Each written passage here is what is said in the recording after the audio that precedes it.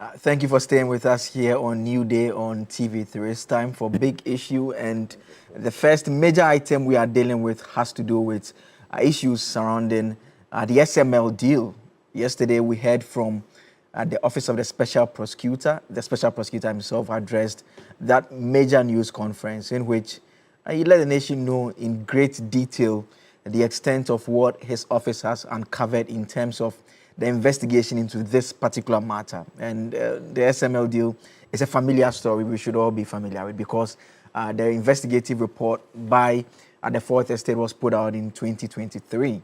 And the Office of the Special Prosecutor was petitioned to look into this matter.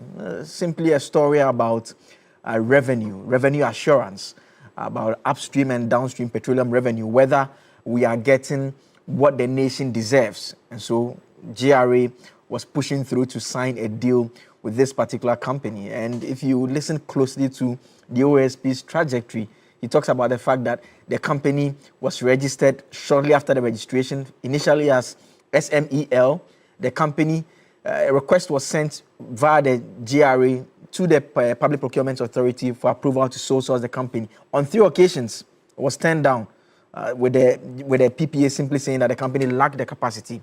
Now, subsequently, we are learning from the OSP that the company was brought in more or less as a subcontractor to West Blue that was also executing another contract. Then eventually, when the West Blue contract came to an end, the GRA entered into the contract directly with SML without the approval of the PPA. In terms of the limits as well, because it was going for more than a year, they also did not get parliamentary approval as has been provided for in the Public Financial Management Act. And so these are findings that those of you who have followed closely, you see that were also reflected in the KPMG report. That is a report that was commissioned by the presidency. But the OSP's disagreement is how KPMG treats some of the findings, particularly about whether or not the work that was done by SML resulted in an improvement in the revenue flows.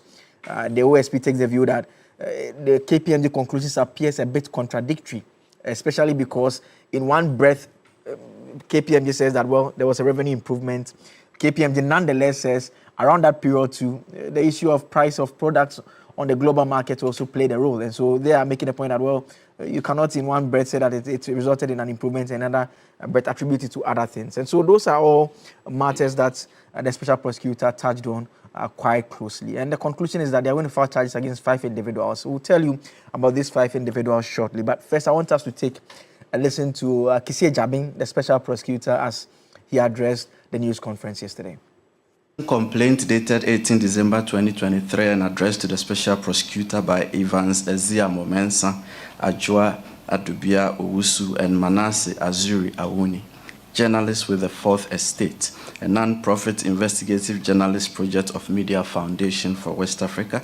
The complainants petitioned the OSP to investigate contracts between MOF, GRA, and SML for possible corruption and a breach of the Procurement Act.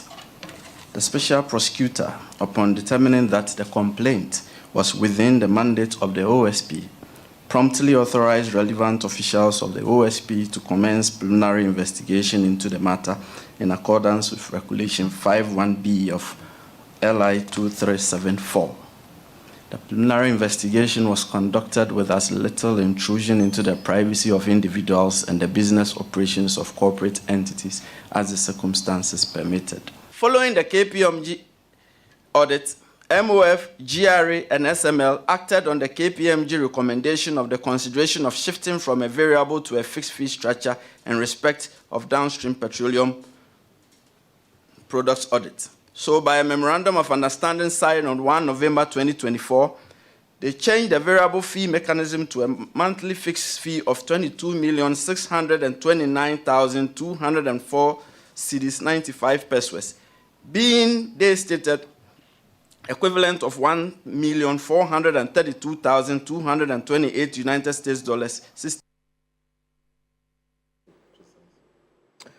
That's Kisie Jabin, the Special Prosecutor there. The next steps is what we're all looking out for, and he's announced that by end of November, that is just next month, tomorrow is actually next month, he'll be filing charges against 5 individuals. That'll be coming up on the screen right now. First is Kenneth Nana Yao Ofori-Atta, Ghana's finance minister between 2017 till some time around 2024 thereabouts, when his position now moved into an advisor at the presidency.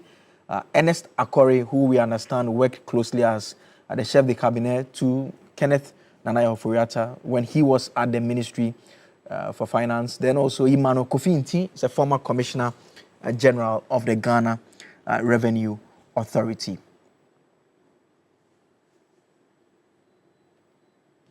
There's also Amishadai Owusu Amwa, Reverend Amishadai Owusu Amwa, also a former Commissioner General of the Ghana Revenue Authority. Then there is Isaac Krentil, who is a former Commissioner of the Customs Division of the Ghana Revenue Authority and General Manager, currently General Manager of Strategic Mobilization Ghana Limited, SML, the company at the center of this particular matter. And there's Kojo Damwa, who is currently a Member of Parliament for German South Constituency. He's also a former Commissioner of the Customs Division of the Ghana Revenue Authority. And so you see the trend there.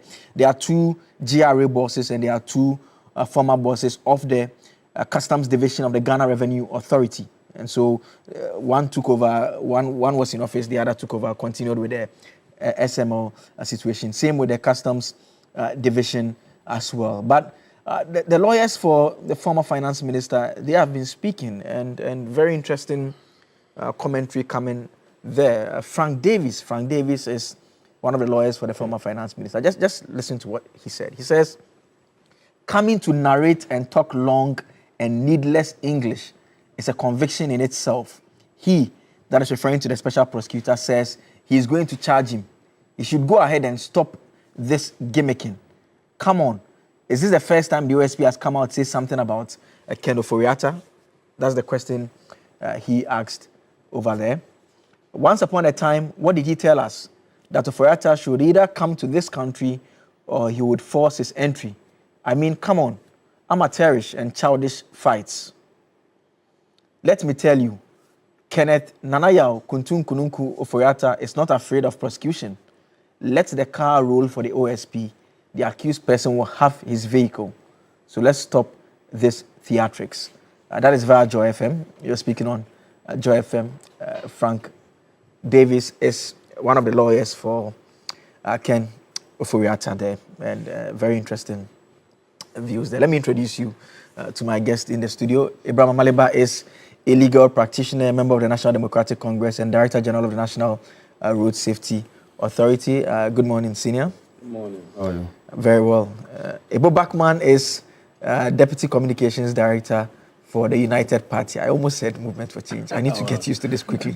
It's been almost 3 weeks already. Ebo, it's always good to see you. That would have been pardoned. We are getting used to it. Yeah. You would have to get used to it. Yes. And Prof, as always, right close to me, Professor Enoch Opoku-Antwi is a governance and a policy analyst, author of some very interesting books that you should look out for. He has some book also coming up quite shortly. Good morning, Prof. Good morning. How are you? I'm very well, Prof. I want to begin this way. We need to understand what life is. And if you want to understand life, visit 3 places: the hospital, the prison, and the cemetery. At the hospital, you will understand that nothing is more beautiful than health. At the prison, you will see that freedom is the most precious thing. And then at the cemetery, you realize that life is worth nothing, because the dust that we walk on will one day become our roof.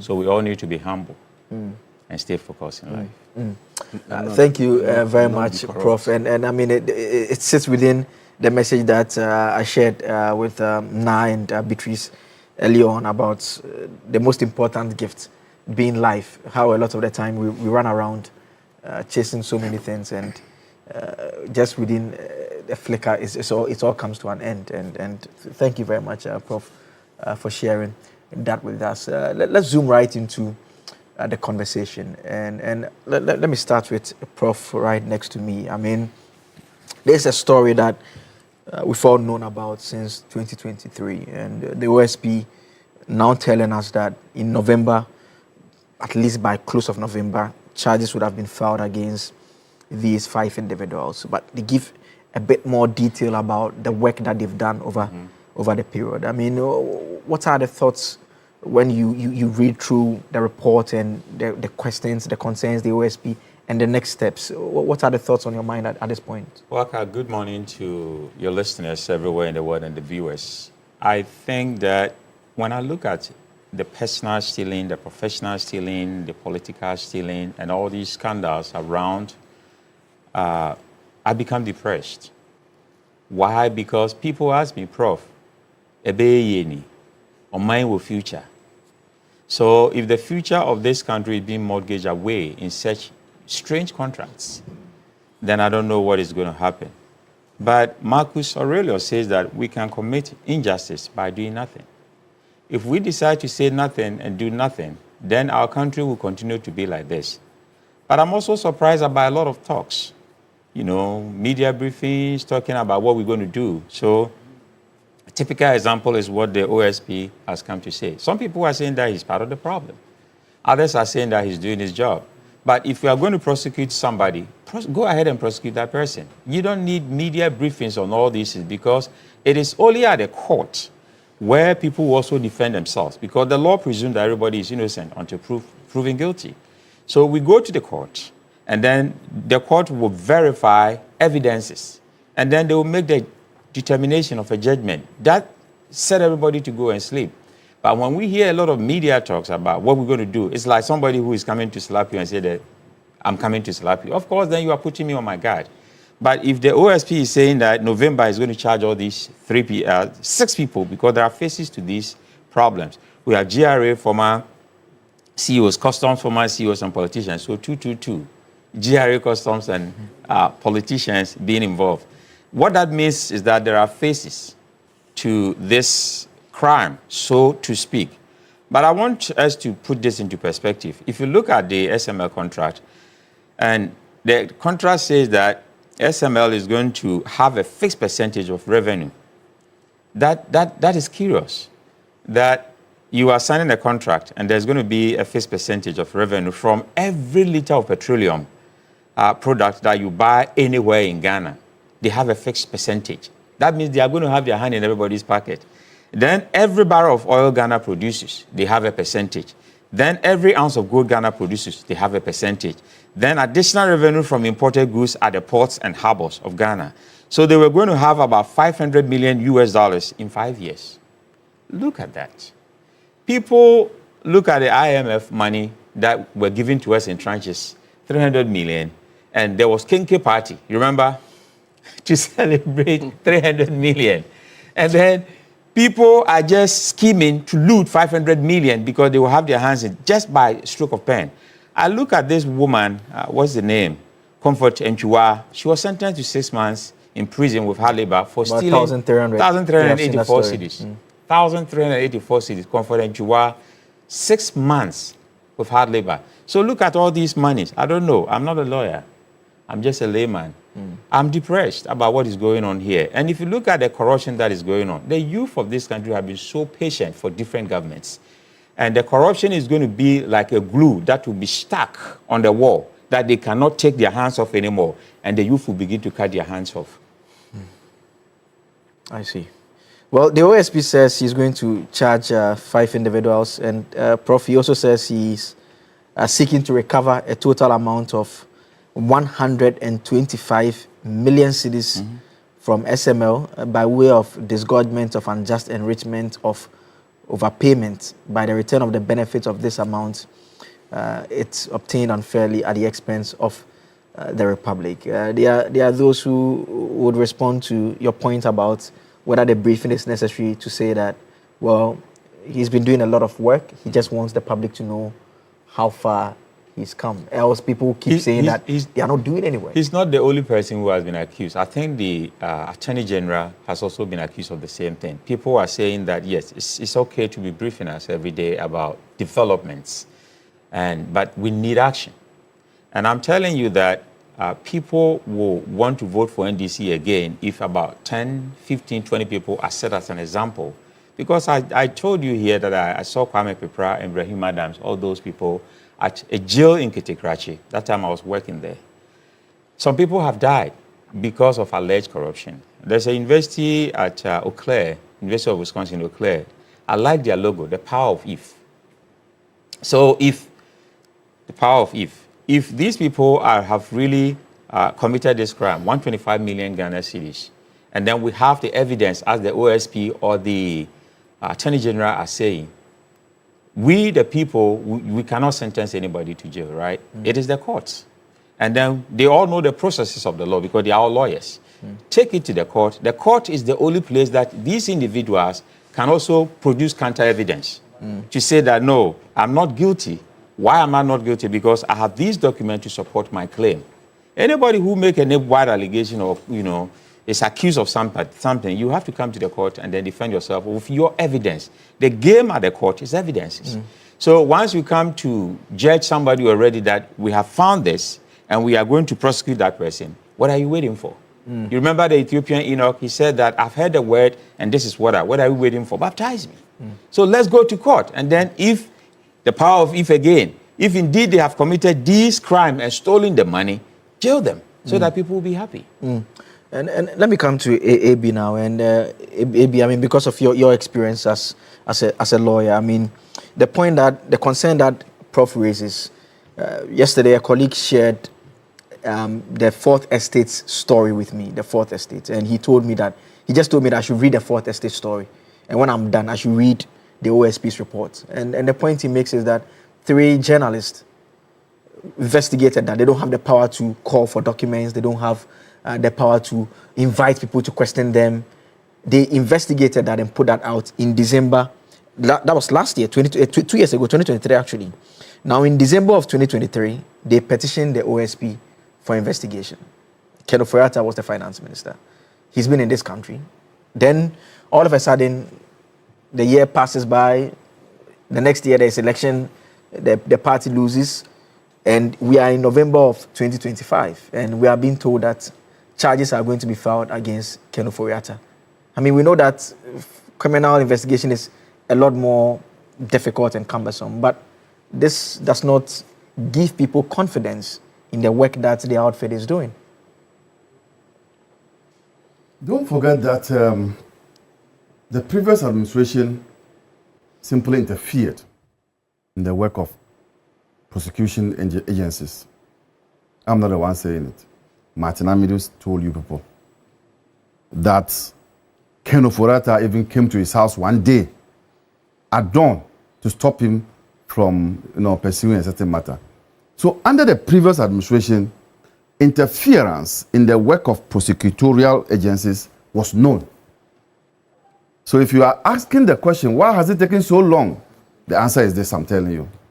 And it's not every public official who is like Martin Amidu who can say it as it is and walk away. So probably, good radiance. The people of this country also fought the canker and got away the government, which has now freed the hands of prosecutorial agencies, and they are now doing their work. But come to think of it, I just heard you read my senior's statement about Ofori-Atta. This is what I want to tell people like him and the MPP. Perpetrators of crime should be sensible to the sensibilities of we the victims. For 8 years, Ofori-Atta and this government have abused Ghanaians. 8 years. As a Ghanaian, you got up every morning, there was a scandal somewhere.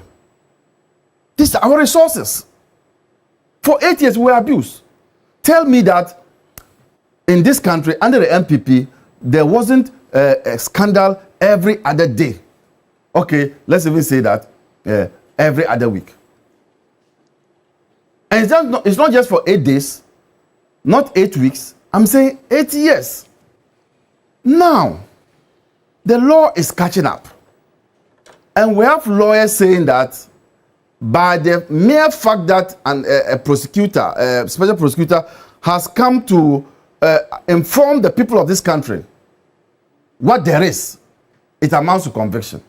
Me, I will love those convictions every day. Because for 8 years, whenever I'm talking, go back to the 8 years I'm talking about. For 8 years, we have been abused as ordinary Ghanaians. So, this press conference was how many hours? And you are already crying. How were we crying? How were we, Ghanaians, for the 8 years, crying? So, why? This is done in every jurisdiction. Prosecutors come out in the US, in the UK, to inform the public. They need to know basis. For God's sake, he's not a private prosecutor. He's a public prosecutor, and he needs to carry all of us along. What is this by once you come and make those statements, somebody is convicted? Why? We were convicted for 8 years. We, the people of this country, were convicted for 8 years. And so, I think that they are running away from their own shadows. Look, yesterday, in the UK, Prince Andrews was stripped of his royal titles. Was it a court that did that? Was it a court that did that? In fact, under UK rules or system, he needed to be sent to the House of Commons for a debate.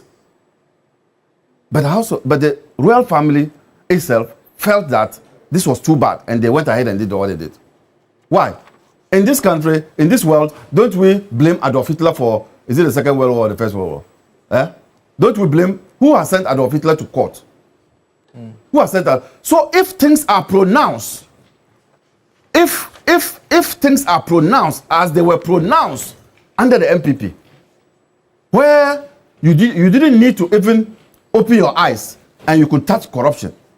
You could close your eyes and touch corruption. It is too pronounced. Under the MPP, it was too pronounced, such that as part of the reasons why people went to the polls was to fight corruption. Corruption was one of the issues on the front burner. And people think that this is an ordinary case. This is an ordinary Banchi and Bordia cases. This is an extraordinary case. These cases are extraordinary. Look, do you know that their style of corruption has even become romantic? Now, when you steal, your spouse also steals. Do you know that their kind of corruption is not a romantic type of corruption? And you say that we should keep quiet. We shouldn't talk about it. We should only go to court. When you were abusing it for 8 years, and we were quiet and hoping that one day you'll be out of government, you think that it was easy. So I tell them, keep quiet. People are doing their work. Go to court. When they go, follow them and do your work as a lawyer. But to say that going to the media and then talking about it means a conviction, I, Abraham Alba, on any day, will love that conviction. Because for 8 years, okay, but we have been abused by these people. Yeah, but Senior, I mean, every day. You make reference to what pertains in other jurisdictions in terms of the commentary and everything. They need to know. I mean, the concern people raise is that by your training, you are supposed to presume a person to be innocent. Now, if the matter goes to court now, for instance, these cases against these 5 individuals, in the event the court finds them not guilty, the public basically struggles to accept that decision of the court because of what they've been told in great detail in the public. There's no other outcome that satisfies them. That should be of concern. It is not a concern at all. Every case will be taken on its merits. People know what is right and what is wrong. If, for instance, you go to court as a prosecutor, like in the Malema case, where you say that Malema had a gun, but the one who gave the gun to Malema was set free. That one, people say that, but the one who gave the gun, you understand? People know sense of justice. We know, we have a sense of justice, we know. When it is right, we know. When it is wrong, we know. So forget about that. Yeah. But the people must be told. Because under the previous administration, the type of corruption that took place was filthy, was ugly, was unprecedented. From the day a president was sworn in till the day he goes out, all everyday corruption. Why? And finally, to you, the point you make about political interference, you blaming that perhaps for why it took the OSP so long to come to this point. And then the question that one would ask is, would he have the political will to investigate current appointees? Would he have the political will to be able to do that? Because if the person is in the country and because of, interference, you made a reference to Martin Amidu. The difference is, can we trust that he can do that if there's the same circumstance arises this time around? In the previous elections, I think in 2020, I asked Ghanaians, if you were traveling out of this country, between Dada Adodankwa Akufo-Addo and John Dramani, whom will you leave your child with? Don't you know I was talking about character of a person? So the character of a leader will show whether there will be interference or not. In any case, we have Martin Amidu who came out to say, let's wait, let somebody also come. Then you'll be asking me those questions. But for now, I am aware, even this morning, a colleague of mine is being invited to special prosecutor. You know that or not? No, I'm not aware of that. You know that. You know that. In the past, there would have been strings pulled and the person will not go there. So we are in a different situation. We are in a different environment now. We are in a different, type of governance. The people of this country chose for good governance and we are delivering on that score. So look, Frank David himself was a board chair at DVLA. Has anybody called him? So it's not as if we just go about targeting people. It is because your stewardship left some question marks. So I've told my people, every document you sign, do a copy and put it in the house. Do a copy and put it in the house. That's what I'm doing. Because a day will come when I also bring my documents here and show, you said I did this, is that it? That's how we go about it, where we have gotten to. And let me say this, political appointees have become an endangered species. People are looking out and we must all ensure that we do our things well. But this MPP administration that just left was made up of people who, as if their government was like what we call the Scorch F policy. Those who did history know about what I'm talking about. When you say Scorch F policy, it is when you win a war and you defeat your opponent. The spoils of the battle. Yes, and the spoils of battle. When you are retreating back to where you came from, every living thing, you burn it so that even if your opponent comes, he cannot survive there. That's what's called Scorch F policy. They behave as if this country was their property, and so whatever they got, they grabbed. And today, if there's a new government, you should be mindful that there will be some investigation. And you see, let everybody know that in this country, our democracy is competitive. I've been saying it, but people don't understand what it means by competitive. At any time, the people can change. That's what it's meant by competitive democracy. Even forget today that the MPP has 88. They used to have 66 under but they came to power. It is a competitive democracy. You can never have one government ruling like we have in other countries, where you have Cameroon, you have 98%. We are not there yet. We have not dismantled our democracy to that extent. You see? So you must know. You get it? So the MPP, they need to understand that this is the time to account for their stewardship. Okay. And there's nothing to be convicted about when they come and tell the people that this is what you have done. Let me welcome into the studio as well Professor Smart Sapon. Professor Smart Sapon is Director of Research and Innovation at KSTU. Prof, thank you for joining us in the studio this morning. Last week you joined via Zoom. Let me come to Ebo before I come to Prof. And Ebo, the OSP this work? I mean, those who are, so there's the complaint about it took so long, then there's the bit about, well, if you read the report, it appears very thorough. It appears that a lot more went into it, and even the OSP even disagreeing with some aspects of the KPMG report. I mean, from where you sit, satisfied with what we've seen, especially the next steps, charges to be filed and looking to recover more than 100 million cedis from SML? It is difficult to be a Ghanaian at this time. I'm telling you. If you have followed the kind of cases, corruption cases that have come up, and the kind of money, the amount of money involved, and the ease with which these people steal, it will be difficult for you as a Ghanaian not to be angry. And I think we have not been angry enough as a people. That is why people find it so easy to engage in corruption. I agree with AB. We've had corruption cases in this country before. But the kind of corruption we have witnessed in the past 8 years under the Nana Akufo-Addo Bawumia government is mind-blowing. It is, I mean, since 1992, I have been doing politics, except that at a point in time, some 10 years, I went off. But the kind of corruption we used to hear, I remember, let me tell you this.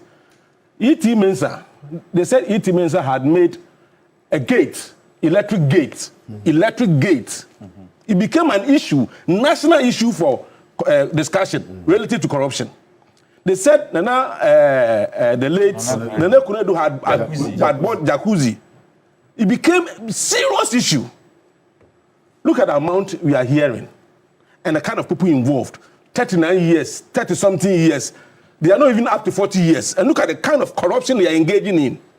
And you wonder, what kind of system are we operating? If we are operating a system that makes it so easy for people to steal, but so difficult to recover and punish, and that is a broken system. And that is a system you are practicing. And that is why some of us are happy that for the first time we are seeing a president who is prepared to fix this system. Mr. President, fix it to the latter. Fix it to the latter. Because the system is broken. That is why these young men and women would have the effrontery to be engaging in the kind of activities they engage in. The amount of money, they are not even afraid. I said even Americans respect dollars more than we Ghanaians. Look, if you hear some of the amount. And when you hear people, the youth, you see, let me speak to the youth, I'll come to the issue. You see, when people steal like this, they are stealing your future. It is your future they are stealing. And so when they steal and the law catches up with them, don't go on the street and defend them. Don't ever do that. Because all this amount that went to individuals for them to buy properties, if those amount of money had been used to put up some factory in your village, you would have gotten job to do. If those amount of money had been used to build hospitals and clinics in the villages, your uncle who died because of lack of hospital in the village would have survived. So we are talking about serious issues here. And some of the comments, Ofori-Atta is not afraid of prosecution. Now, why did he run away? Then why did he run away? He should come if he's not afraid of prosecution. We are in this country. We were in this country. That man quoted Bible more than most of the pastors in this country. In the 8 years for 7 years that he was a minister, always portraying himself as righteous, not knowing he's even worse than the devil himself. And when you sit down for these things to happen, you see, we gave this country to a family to loot, to kill and destroy. And we sat aloof as a people for 8 years because they had people who aided and abetted. You should be serious as a people. The only way we will save this country is to make corruption expensive. Sarkozy is in prison. Is he not in prison? Former president of France, for just taking money from Libya to support his campaign, is in prison. Someone says, whether God spoke to him or whatever, he spoke to God, said he has wasted $97 million to create a hole. He's free. He's a free man. Can you imagine the opportunity cost of that amount of money? That money, what that money could have done? You should be serious. You should be angry. So the politicians, when they are stealing, they will think twice. But the legal system, the judiciary, please, let's not allow corruption cases to run 6, 5, 7 years. 6 years, we deal with it. We dispatch it. If the person is free, go home. If you're not free, then the law catches up with you. Then the law deal with you. You said 6 months, I guess. 6 months. I meant to say 6 months. 6 years. Yes,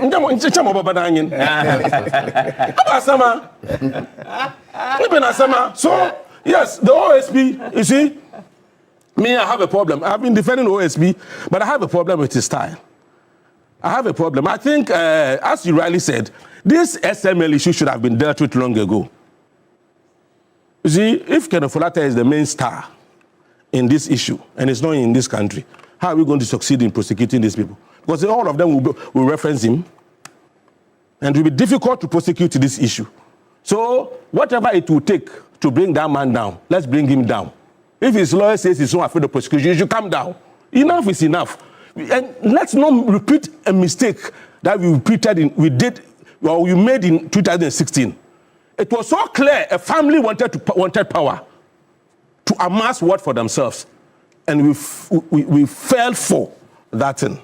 And the consequences is what we're experiencing. Now let me say this, and I say it without any malice, but I say it in the interest of this country, that given the astonishing level or scale of corruption that we have witnessed in the last 8 years of the Nana Akufo-Addo administration, I think the nation, if you want to kill or cure this issue, we will need space and time to deal with this matter. That is why I believe that MPP should stay in opposition for a long time, so that whether it is NDC or any other government will have enough time, because the cases are overwhelming.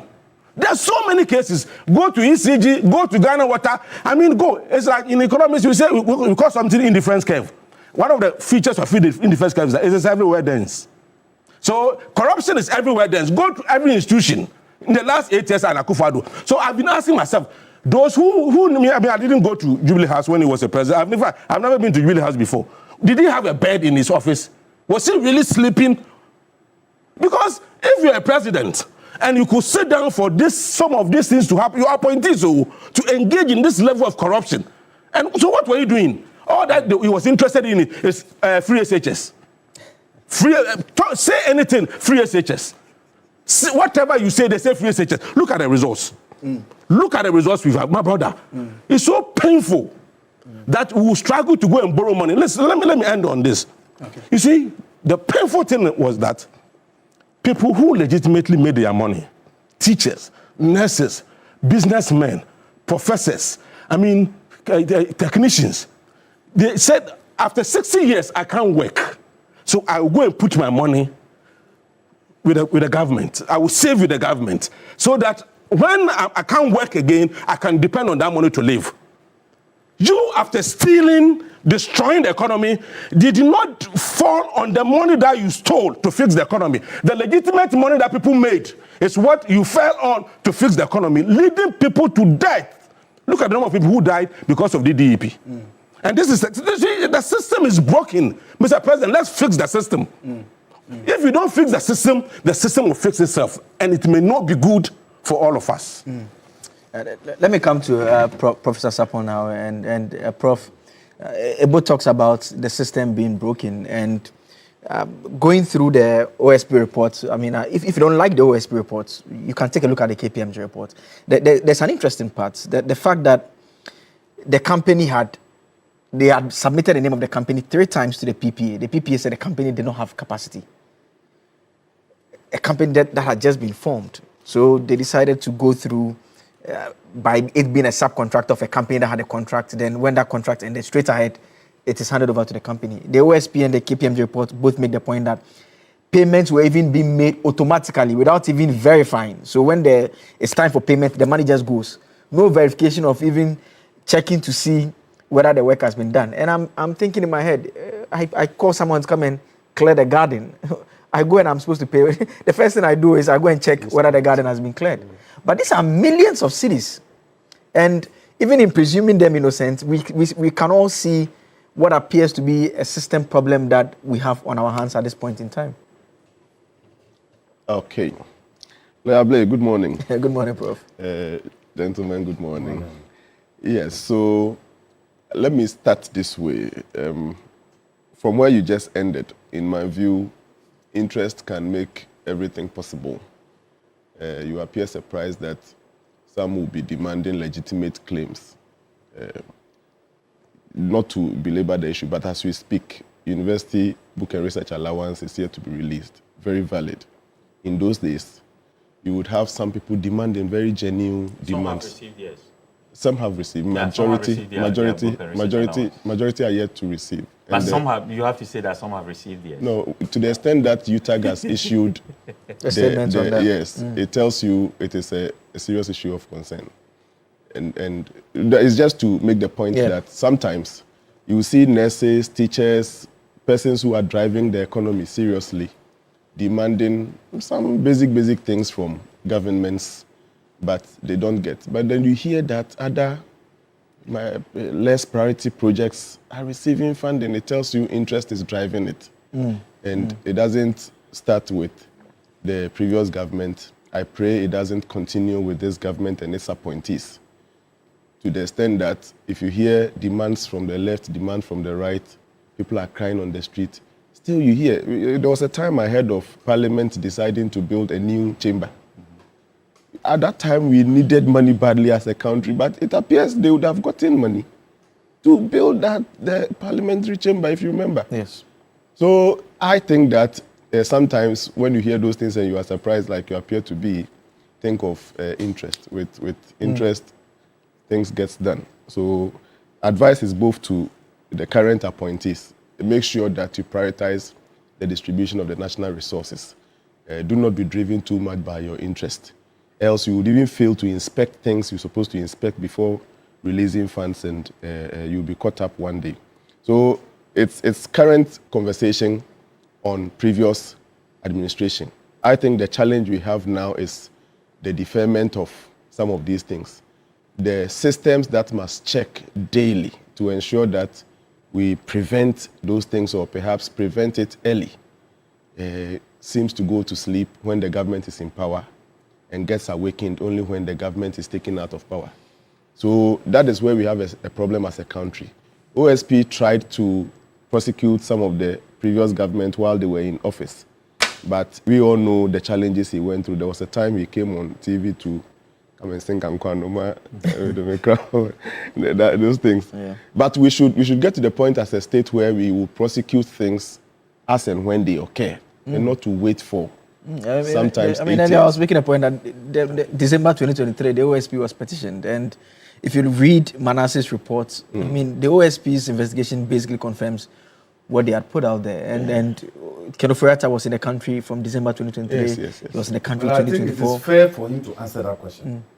OSP? Yes. Why he couldn't start the investigations under Akufo-Addo? But the answer is obvious, that he was frustrated. The answer is what I gave, but he must hear it from him. Okay. So system frustrated. So that is my first concern. That's my first concern. And then secondly, the judicial system Ebo was talking about.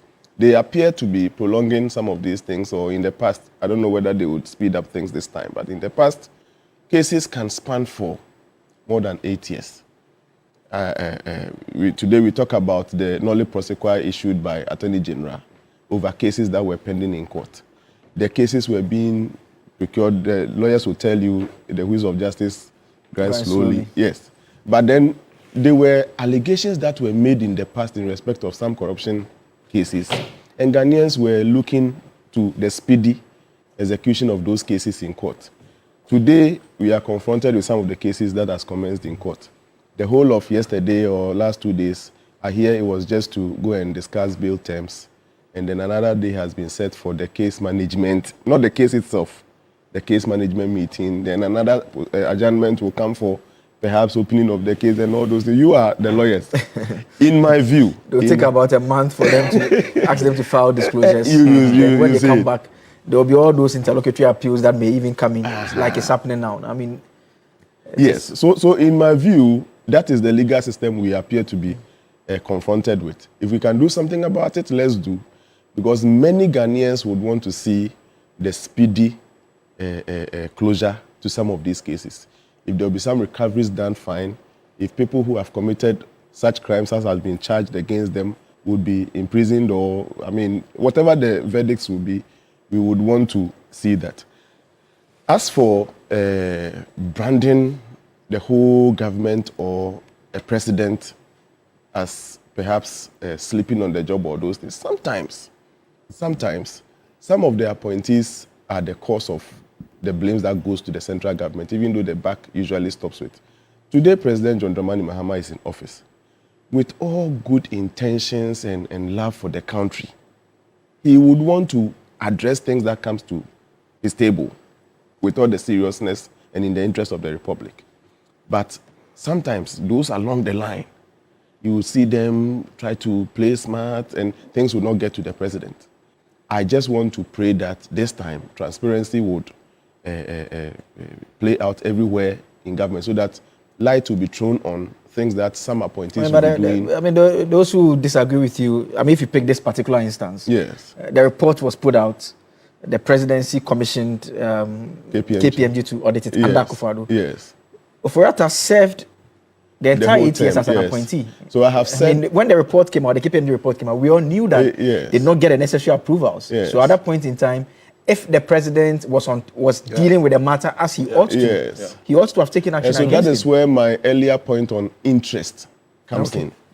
So what I'm saying is that if we take out the interest, things could be done. Even in the OSP's office or in the courts or elsewhere, if things don't exchange hands undercover, genuine Ghanaian legal system can prosecute some of these things as fast as, I'm not alleging they take some bribes, but we've been here in this country where we came across a report and a video and those things where some members, very senior members of the legal system were trying to compromise the legal system based on some of these things. So what I'm saying is that those who have been appointed, you have just been appointed to serve the president.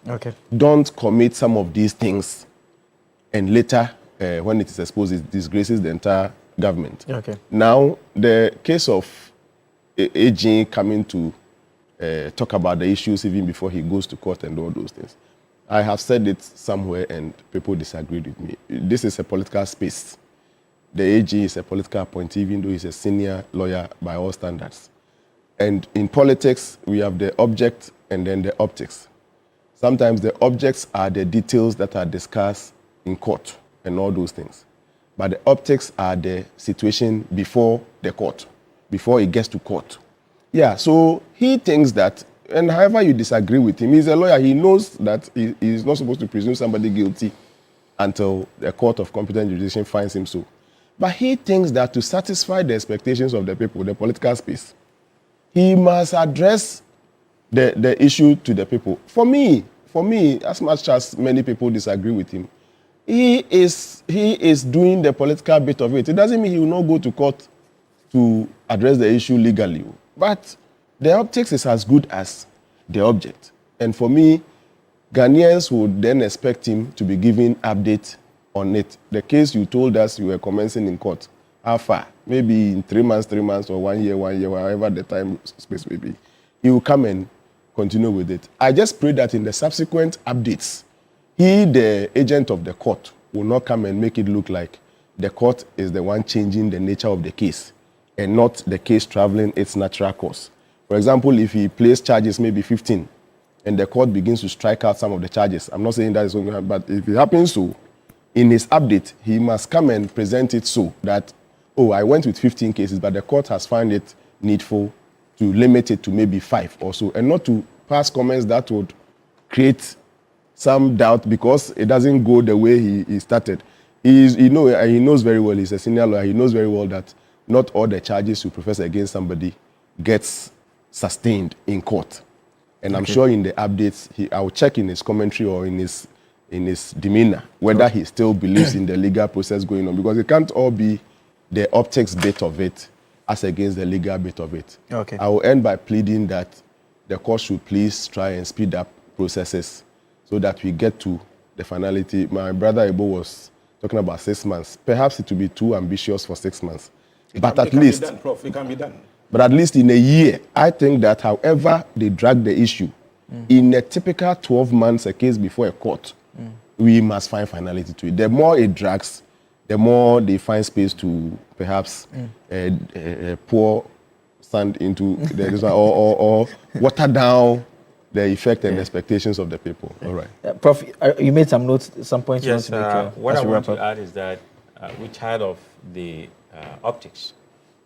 There have been so many optics going on. Justice, the people can say whatever they want to say, but it goes to court. And my brother was talking about the striking of the cases. We've had the national service issue where 21 counts, and others, both of them went and they said they are not guilty. So the court is the only place that people will come and defend themselves. I had this white friend who was an attorney in the US, and he told me something strange. He said, you know, anytime you're driving at night and the police stops you in America, put on the lights in your car, put your hands on the steering wheel and don't move, because that police officer has a gun and can kill you. Whatever they say, don't say anything. But when it goes to court, then there is that time that you can also respond to whatever happened.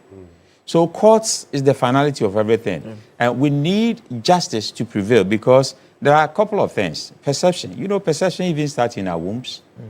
When we are in our parents' wombs, perception starts. That is why when it's too warm or anything, you see the child moving.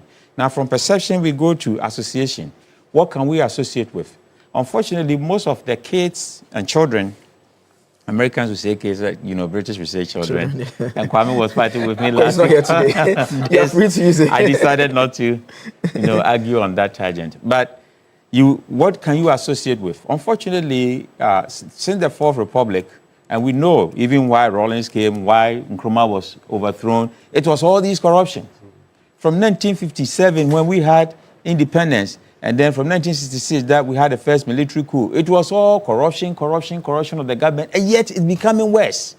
So what are we associating ourselves with? The perception, the association, then our evaluation of it before we come to the decision making. So the people are evaluating that, is it the case that people go into politics just to amass wealth for themselves, and that they don't care about the other people? Look at our public goods. Our roads are terrible now. Our water system, the corruption even go to the Ghana Water Company, it go to the electricity company, it go to hospitals. And somebody asked me, Kofi was asking about where were the boards. Well, the boards do policy approvals, policy direction, and the approvals of major things. The nitty-gritties of operations, every day that goes on, you will not know. The board will never know. Because if somebody is going to steal money and put 2,000 kids or children into the National Service Scheme and then get money, then ask about the banks. We have the anti-money laundering institutions and all those things. What were the banks doing that people can go and take money from, huge money like this, and nobody reports? I was telling a story at UTV, Ebo was there, that I went to take money, $10,000 from my account. I sat there for about 6 hours, and I was confused. What is happening? Then they said, no, you need to talk to this person. So they have the Patriot Act. The Patriot Act means that you cannot take $10,000 even to the airport. You have to declare it, or they will seize it at the airport. You cannot travel with that. And you cannot withdraw $10,000 from your account. They respect that money because you might be using that money to fund terrorists.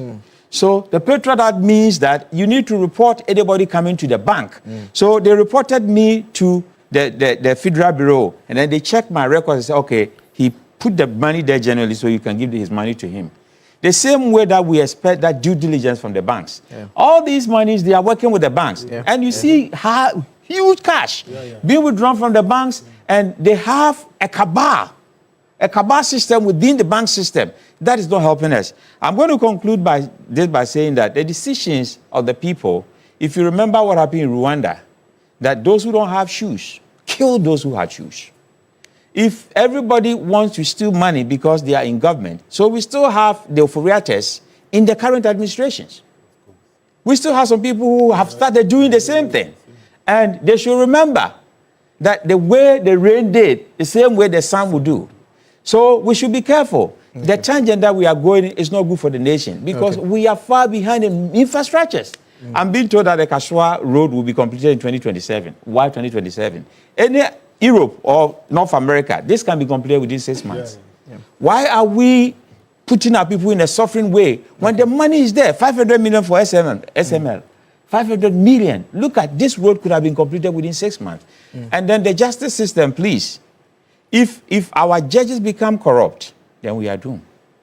So we expect them to deliver justice. Ghanaians expect that those who have really stolen money, let me put it in that blank state, those who have stolen money should be prosecuted. Let's go to court, send them to jail, so that it will be a deterrent to those who want to be in government. Abi, 1 minute final comment on this issue. No, I've said what I want to say, but just that Ken Ofori-Atta himself has shot himself in the foot because his own conduct by running away from this country is a clear indication that he knows the extent of damage that he did. So he's going for treatment. And this is the first time under the Fourth Republic that a finance minister has run away after his government has taken over. He had said he was going for treatment. He informed the chief of staff, previous and current, before he left. Even if it is treatment for amputation of his leg, I'm sure he could have walked there by now to come. This is not a child's play. This is not a situation where we can just say that, oh, Ofori-Atta is not in the country, so let everything pass. This Ofori-Atta has done, look at his enterprise company. Took over SIC. Took over the work of SIC. And state institutions were now asked to go to enterprise, and that's the SIC nearly collapsed. It's now that they are trying to revive it. Yeah. You don't do that. And you had a president who, when it comes to Ofori-Atta, he never hears, he never sees, he never will talk. To the extent that 90 or 88 MPs went to you to say that this is your cousin, check him, he's bringing our government down. Nana Akufo-Addo will not listen. So, for me, whatever it... Look, let me tell you. If this were the olden days, these were the offenses that they stone people to death. These were the type of offenses. Offenses that affect the entire state. Or these were the offenses that they will banish you, they will walk you to a forest and say, go. Because you were a bad nut in the community. Okay. That is how serious it is. If I'm to go traditionally and let people know. There are some offenses in the colonial period, not colonial, pre-colonial periods, when people were stoned or banished. Thank God, Jesus Christ has come. Today I'm preaching. Jesus Christ has come to turn around those things. Reverend Ebo first, a minute. You see, the point I want to make, and in respect of something that Prof said, that sometimes blaming the president or no. But you see, we have something we call... So you have to point. Yeah, Prof Sapon. You see, it's the issue of ultimate responsibility. For example, we didn't vote for Hanan. Of course. We voted for Akufo-Addo. So when Akufo-Addo is appointing someone to occupy the position, he should do due diligence. Yeah. Then also, you need to be monitoring, because if you send someone to go and do work for you, and you sleep, expecting that the person will do everything so nice and as expected, then you are not a leader. But a leader cannot see everything in presidency. No, you have to coordinate. I'm talking about the scale. Look at it, Prof. Look at the scale of corruption. I know That's why I said we've had corruption cases in this country before. Okay. Are you getting it? But the scale this time around is too much. And I'm saying that if you had sent someone to go and do something for you, Prof, you should be able to find out whether the person is doing the thing right or... Because 8 years, and some of them stayed in office for 8 years, and from day one, they were engaging in corruption. So that is why I'm saying that the system, in fact, the system was broken completely by Nana Akufo-Addo and some of his family members. Okay. Yes, and some of his... Yes, so 3 legs to it. On this table, I have I can see we have advised appointees to be watchful, because just as the rain did, so the sun could also do. So I think it's a good advice. I just pray that we can think of Mother Ghana at least for once, so that we will not come and recycle this thing 8 years. Every 8 years we have people being charged before the courts for corruption and all those things. The second thing I think we have done this morning is to say that the courts, we beg them. We beg them. They should help us. In fact, the politics will come. AG will come and explain the cases and blah, blah. It will become political debate in town. Why did you do it? Why didn't you do it? It is not legal. It's not this. It's not that. But whether it was legal, he did it or not, would have to be addressed or properly dealt with by the courts. Yeah. So we are pleading on the courts. You are the last people we want to hear from, so that you can validate what AG came to do or maybe discredit it. And then the Ghanaians can judge that, oh, what he did was purely politics, and that the court has even vindicated or somehow validated or otherwise what he did. So I don't have much problem with what he is doing. Where I will have a problem is if the courts begin to act. His updates, I have said that, his updates should also be fair to the courts. Okay. Don't say that you went with 15 cases and the courts have only held 5 of the cases and you're angry with the court and all those things. No. Let's allow the courts to. And that's why I'm pleading with them as my final comment. Pleading with the courts. Please don't disappoint us. Don't drag this thing for too much. We are between 6 months, as proposed by Ebo, and 1 year, as I think, even if there are overlaps and stretches, you don't have to go beyond. Okay. Then we can properly come and discuss the outcomes. Okay. Let's do some messages before we switch and deal briefly with the last topic. This one here from Ralph Akuse. You say that the past government thought and are still thinking that this country was given to them. They should wait. If NDC fails to do justice, the youth of this country are just waiting. Musa Abatu Asawase, you completely agree with Abraham Amaliba. The level of misappropriation under the Akufo-Addo and Bawumia leadership is truly irritating. The SML-GRA scandal in particular is an insult to Ghanaians. How can a group of people boldly conspire to dupe the state with such blatant disregard for the law? The government must ensure that anyone found guilty should face the full consequences there. This one from Stephen Pen from WA. You say that the OSP should walk his talk and stop blaring almost all the time. We want to see a scorecard. Remember how he discontinued several cases involving high-profile government appointees. Since 2018, the OSP has no scorecard to show. OSP, please set up. Well, they have a lot of periodic reports that they issue that updates the nation on what they are doing. I know that quite recently they secured a conviction in a matter that involved Charles Bisu. The other accused person actually entered into a plea agreement and pleaded guilty and was convicted. But let's talk about Parliament. Texas has said something that if the NDC fails to do something, the youth will rise. Yes. I want to tell the MPP, it's better they are going through what the NDC is doing with them than when the youth rises. Yeah. That one is brimstone and fire. And there's no place to run and hide. That may even consume some of us who are sitting here. Yes. So we don't need to get to that point. Yeah. Because these guys, this unemployed army, are a cake of gunpowder just waiting to explode. Yeah. Me, when I drive and get to this thing, there's street lights, and it's red and you stop. Yeah. Some now even think that it is their right for you to give them money. Yeah. Yes. We are getting to that point. Yes. And you see how I'm talking passionately, and people, you don't listen. If you don't listen, it will consume you. I hope that by that time I'm gone. I mean, and I mean, the traffic lights. We'll talk about the. We'll do the MPs now. And you know, the traffic light thing you talked about, I had that experience. The guy stood in front of the car. He said, if I don't give him money, he's also going to move. The light was red. Boy scratch it. When I because I've been giving, he used some metal to scratch the car.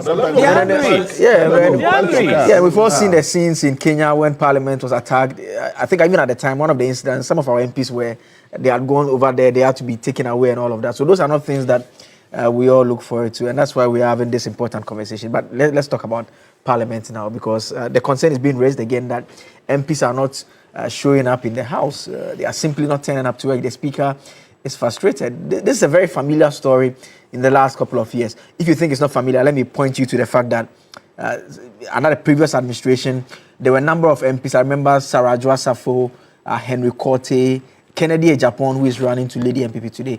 A whole committee was set up to look into it, that they had absented themselves a number of times and whether there was a basis for their seats to be declared vacant. We know that that report never got to its logical conclusion, and there are some of you are already saying that this is why the MPs are still not going to Parliament. A number of them, I'll give you some of the data and when the discussions go, but let me start with Prof next to me. Yes, this is a problem. A quick one on that. It's a big problem because if you look at 28 of the MPs that have been listed for not attending to Parliament, and their charge is that repeated unauthorized absence in the first quarter of 2025. That is 10% of the percentage of Parliament that don't show up. So if you use 28 out of 276, multiply that by 100, it's 10%. And that 10% don't show up at all. Now we go to policy and pleads. I see the Speaker pleading that if you don't show up, then you will be taken out of Parliament. What does the policy say? You see, in leadership, you set up a policy and you become a linesman. You know, watching the policy. So a linesman doesn't care whether it is Ronaldo or it is Messi or whoever it is. If you are outside and I see you are outside, that is what leadership is supposed to do. So the Speaker should apply the policy. We know that even some people were not going to Parliament House and some people were signing in for them. So there are a lot of things that has been going on there. If you have corruption at the apex, at the top of it, that then the fish is rotting from the head. That shouldn't be the case. So I am saying that let's apply the policy of Parliament instead of the Speaker pleading to them that if you don't show up, then we are going to take you out, because that is going to take another process. If you don't show up 3 times, then what happens? America has a policy at most workplaces that if you are late 3 times in a whole year, you are fired. Once you do it, you don't even go and show up and beg because you know you flaunted the policy and you're out. We should apply the policies. We agree that, I mean, the Speaker, he simply failed to deal with the Ajwa Safo and the others, that situation. That's how come. Because this has been happening for as long as I can remember. The MPs don't go to Parliament. Yeah, Akable, you know, we are practicing representative democracy. And that makes Parliament the heart of our governance system. Without Parliament, we don't have the kind of democracy we are having. Because the essence is to have everybody represented there. That is why the MPs themselves must know that they are not representing their political parties, but they're representing the constituencies. Because those who voted for you may be maybe 10% or 2% of the population of your constituency. But the point is that you are there to represent everybody. And therefore, it is not what your party says that you should do, but what your people expect you to do, because they sent you for a purpose. And so, if you have a situation where people are not participating in the legislative process, because you are there just to do that. You are not there because you are the... That's the main job. Yes, not because you are the finest guy in your constituency or the most intelligent person in your constituency. They were looking for someone to send, and you availed yourself, and they sent you. Go and be part of the legislative process so that we can come out with laws to regulate and govern our country. So if you have a situation where our lawmakers, the very people who make the laws, are not obeying the laws they make, then you have a situation. And that is why I agree with the Speaker that this issue, it should be very serious about it. I think the man is frustrated because of the fact that people the numbers are not showing up in Parliament. And you see, once again, what does the law say? Article 97 of the Constitution. I saw shall. I didn't see may.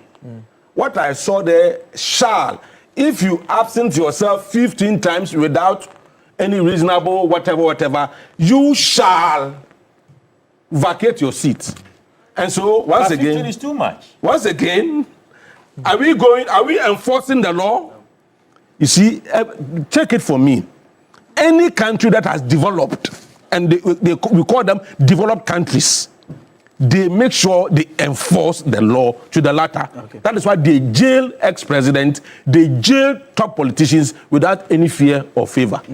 And Prof. Sapon, I mean, there are those who make the argument that it's because of the system that we have currently. And I mean, that's the provision that Ebo made reference to, 97(1)(c). An MP shall lose their seat if without the Speaker's written permission and a reasonable explanation to the Privileges Committee, they miss 15 sittings during any meeting of Parliament. And Prof, if you look at the list of the NDC MPs who were absent, so number 1 is Kasiel Atuforsin. We know he's the finance minister. Number 3 is Samuel Okudzeto-Ablakwa, foreign affairs. Number 4, Rashid Pelpo, Doc, he's a minister for labor. There's Kwabena Minta Akando, there's health minister. There's the local government minister also. Then there's the attorney general as well over there. There's the lands and natural resources minister.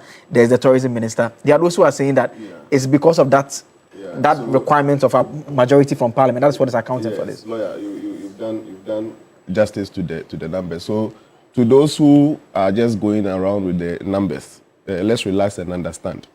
I don't know the position of the law. You've read the particular law that makes all of them compelled to appear. Is it needful that we amend the law to make room for those that would have to serve both the executive and Parliament at the same time?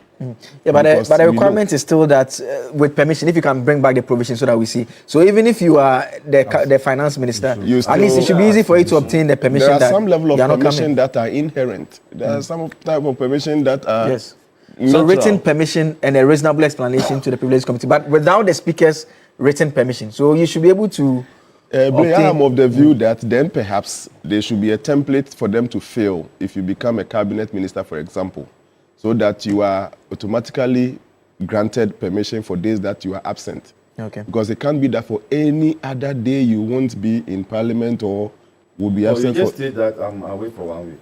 So. Okay. So those 22 now, what are we doing to them? It said 15, the law said 15, and now some have 22 absentees. What are we doing? The 22, you check the 22. Let's be fair. Let's be fair. The 22, eight of them are cabinet ministers. 8. So you see the problem, separation of powers. So cabinet ministers, if you're a member of Parliament, you should not be appointed into the executive. that is changed. I think Speaker and Parliament must acknowledge, especially the circumstances of the cabinet ministers. I'm not even speaking for deputy ministers. I see some deputy ministers in here, but at least for the 8 cabinet ministers, some of whose names we started mentioning, their work would definitely require that they are absent for some number of days. And I don't think I saw you wanted to stress on the SHA and the SHA and the SHA. Are we just going for the SHA, oblivious of the fact that they are also somewhere doing very important activities for the Republic? Okay. So 19 of them. Prof, I disagree with your child. So the 28 has 19 and 9 NPP MPs.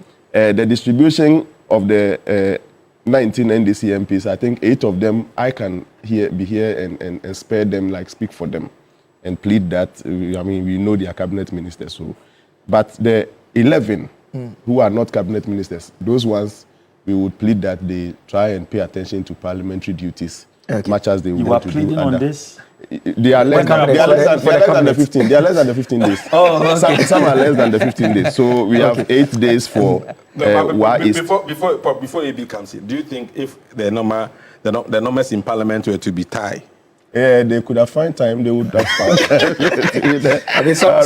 Someone went to Parliament in an ambulance. But it's a cultural. Why did you say that one so fast? Because I'm not saying it. Maybe I think it's a cultural problem as well. Because while he's making the excuse for the ministers, if you look at the MPP list, the first MP, 22 days, he's not a minister. So he just does not want to go to Parliament, or he does not think he should take permission. He doesn't care. To represent your people, he decided to also calls into question the commitment on the part of people who decide to put themselves out to go to Parliament. Are you committed? Some people, look, there are just people who just want to say, me MP, just to, and people have other ideas of being MP to give the opportunity to do that, do this. So it also calls into question your commitment as an individual, whether that is where you want to go and work. That one we need to also understand and get it clear. But I also think that inherently, the way Parliament is structured also causes all this. The latest one is when they said they were going to be sitting at 2. And that they want to use morning to 2 o'clock to lobby. But how do you know when your lobbying will end? Because when you get to Once the you minister's start. place, Yeah. and you have to wait, you are waiting. So, and if you are in discussions about employment for your people, and it's 150, and you've not finished, and you are asking for more, 2 o'clock will be there, and you will get there, and you are still there. So, I think they should vet in the morning, close at 2, and then you can go and do what you want to do. Yeah. Because once you leave and go and do what you are doing, to come back to Parliament, and it's not even good for they close at 8, 9, it's not good for their security to close that late, you know. Yeah. So I think they should revert to the 10, and then you can see the numbers rising. But maybe we need a tight Parliament again, so that we need some people to be used as an example. If yes, somebody for 22 and the law says that, the Constitution says that it's 15, for me, I think breach it. So you don't have any business to be there. Yeah, I think the main problem the policy is that Parliament is a part-time job. Most people don't know. They sit half of the year they're supposed to go back to their constituencies. So they have a lot of space to do things. And why they are not going back to constituencies. For 6 months they sit, but 6 months they also allow them to go to their constituencies. That provision is made. So why are you not showing up to represent your people? Okay. So you don't have to trade the 6 months you are supposed to be. Because at least you would have. I didn't hear my MP. Ricketts. His name is not in Ricketts' name is not in. Ricketts' name is not there. and if you are doubting the seriousness of this, and Raga, you should go to Parliament when they are doing like actual clause by clause consideration of bills. Yeah, only few people. You sometimes less than 10, unless someone is tired and he says we don't have quorum before they abandon. That one, I can tell you, it's a boring thing. That one, but that's what, if you don't have the skill, but council, you enjoy that's what results in the because it's about deleting and inserting. Yes. And excuse me, grammar self is a problem for some. Yeah. So how can they be sitting there and be doing that? You sign up for that. When you get there, you don't go to work sometimes. You don't want to be there. That's what accounts there are many things that you don't want to. But that's what accounts for the quality of laws that are passed. Because the main consideration proper. And I'm saying that some of them, when they sit there, have nothing to add. Exactly. So the quality of living individuals we send to our Parliament, we should watch it. It's not everybody. They have nothing to add. That part is the difficult part. That's all time would allow us for this segment. My guests this morning have been Abraham Amaleba, Director General, National Road Safety Authority, Professor Smart Asapon, Director of Research at KSTU, Ebo Bachman is Deputy Communications Director for the United Party, and Professor Enoch Opoku-Antwi is a Governance and Policy Analyst joining us every Friday.